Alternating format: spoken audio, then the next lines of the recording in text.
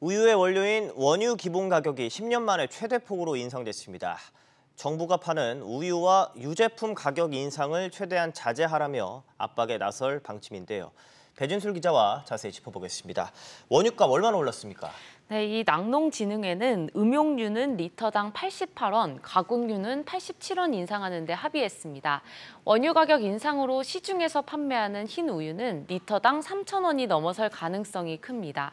지난해 경우 원유값이 리터당 49원 오르자 유업체들이 흰 우유 제품가를 10%가량 올려 2,800원대 후반이 됐습니다. 원유값 인상에 따라 우유가 들어가는 식품의 가격이 줄줄이 오르는 밀크플레이션 우려도 나옵니다. 정부는 오늘 육가공업체들을 소집해 우유 가격 인상 자제를 당부할 계획입니다. 알겠습니다. 정부가 결혼, 또 출산 장려 대책을 내놨죠. 네, 정부는 결혼 지원책 중에 하나로 혼인신고일 전후 2년 이내 총 4년간 부모님과 조부모님 등 직계 존속으로부터 받은 재산 1억 5천만 원까지를 증여세를 부과하지 않기로 했습니다.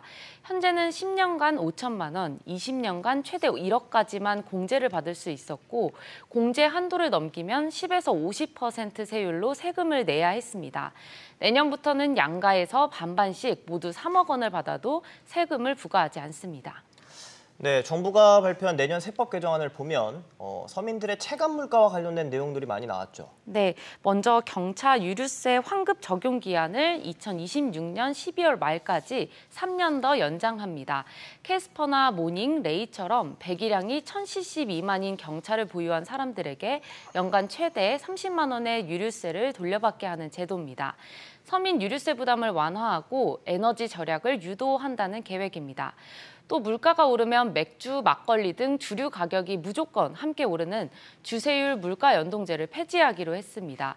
대신 필요한 경우에만 30% 범위에서 인상할 수 있도록 탄력세율을 적용하기로 했습니다. 알겠습니다. 다음 소식 보면 우리나라 국내 총 인구가 좀 줄어든 것으로 나타났죠. 네, 통계청이 발표한 지난해 인구주택 총 조사를 보면요.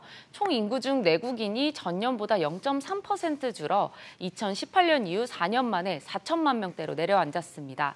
반면 외국인 학생과 근로자 입국이 늘면서 한국에 거주하는 외국인은 10만 명 이상 늘었는데요. 국적별로는 한국계 중국인이 30.1%로 가장 많았고 베트남과 중국, 태국이 뒤를 이었습니다. 네, 잘 들었습니다.